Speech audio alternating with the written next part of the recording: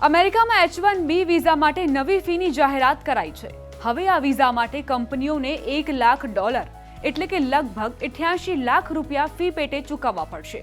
આ નિર્ણય બાદ અમેરિકામાં કામ કરવા માટે વિદેશી વર્કર્સને હાયર કરવા કંપનીઓ માટે મોંઘું થઈ જશે।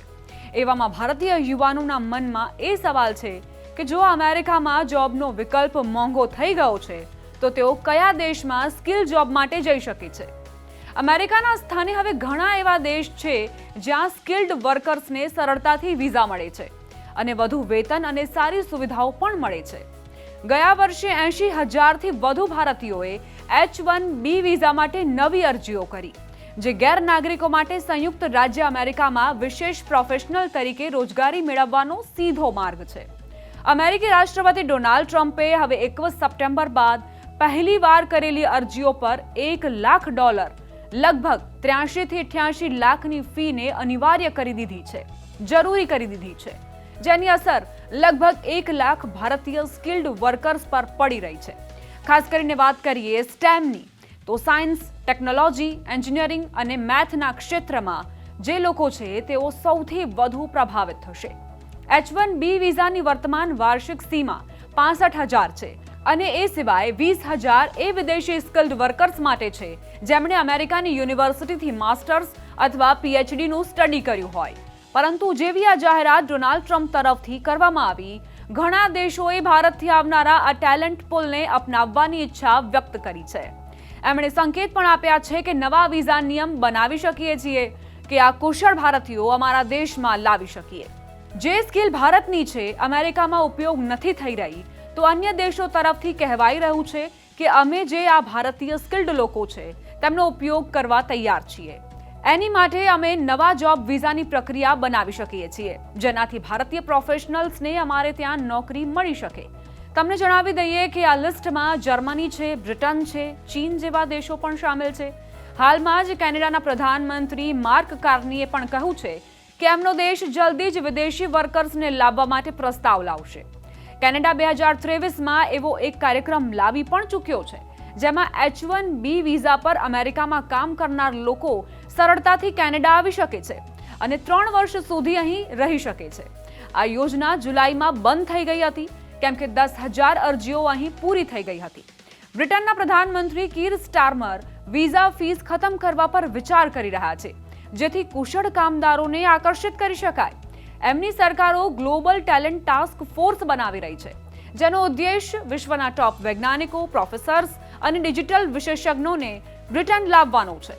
જર્મનીના રાજદૂત ફિલિપ એકરમેને પણ ભારતીય પ્રોફેશનલ્સને નિમંત્રણ આપ્યું છે। તેમણે કહ્યું કે જર્મનીની નીતિઓ સ્થિર છે, અહીં IT મેનેજમેન્ટ, સાયન્સ એન્ડ ટેકનોલોજીમાં ભારતીયો માટે ખૂબ સારા અવસર છે। અનુમાન તો એવું પણ લગાવવામાં આવી રહ્યું છે કે જર્મનીને 2040 સુધી દર વર્ષે લગભગ 2,88,000 પ્રવાસીઓની જરૂર હશે। એશિયામાં ચીને K વિઝા લોન્ચ કર્યું છે, જે સ્ટેમ ક્ષેત્રોના સ્કિલ્ડ વર્કર્સને આકર્ષિત કરશે। તેની ખાસિયત એ છે કે એની માટે કોઈ કંપનીની સ્પોન્સરશિપની જરૂર નહીં હોય। વાત હવે દક્ષિણ કોરિયાની કરીએ। દક્ષિણ કોરિયાએ પણ અમેરિકી વિઝા બદલાવનો ફાયદો ઉઠાવવાની યોજના તૈયાર કરી લીધી છે અને AI તેમજ ટેકનોલોજીથી જોડાયેલી નોકરીઓ પર ફોકસ કરાઈ રહ્યું છે। H1B વિઝાની આટલી મોંઘી ફીથી અમેરિકી કંપનીઓને પણ સીધી રીતે ફટકો પડી શકે છે, કેમ કે મોટી ટેક કંપનીઓ વિદેશી ટેલેન્ટ પર વધુ આધારિત છે। એ પછી એમેઝોન હોય, ગૂગલ હોય, માઇક્રોસોફ્ટ હોય, મેટા હોય કે પછી એપલ જેવી કંપનીઓ, જે સૌથી વધુ H1B કર્મચારીઓને નોકરીએ રાખે છે।